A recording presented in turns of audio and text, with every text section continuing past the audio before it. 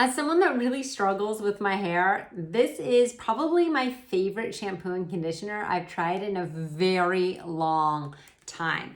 So this is day 2 after washing it. I haven't styled my hair yet today, and I'm kind of shocked at how good it still looks, and it actually still smells really good. Normally, smells from shampoos and conditioners just don't last a long time in my hair. I have really thick, dry hair and wavy hair, but this one lasts.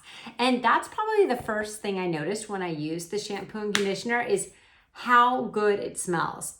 So the first time I used it, I was like, what is that smell? It smells so good. Well, it's cranberry and pear, a very unique combination that just smells insane. So both of these smell absolutely great, the shampoo and the conditioner. And what's really good is if you have drier hair, it's a very nourishing formula. Again, I can't get over the smell. Like, it just smells so good. Easy little pop top here. And I like the size of them too. A really good size as well. Now, they don't have any sulfates or anything like that. If you color your hair, safe for that. If you don't color your hair, safe for that. I don't color my hair personally.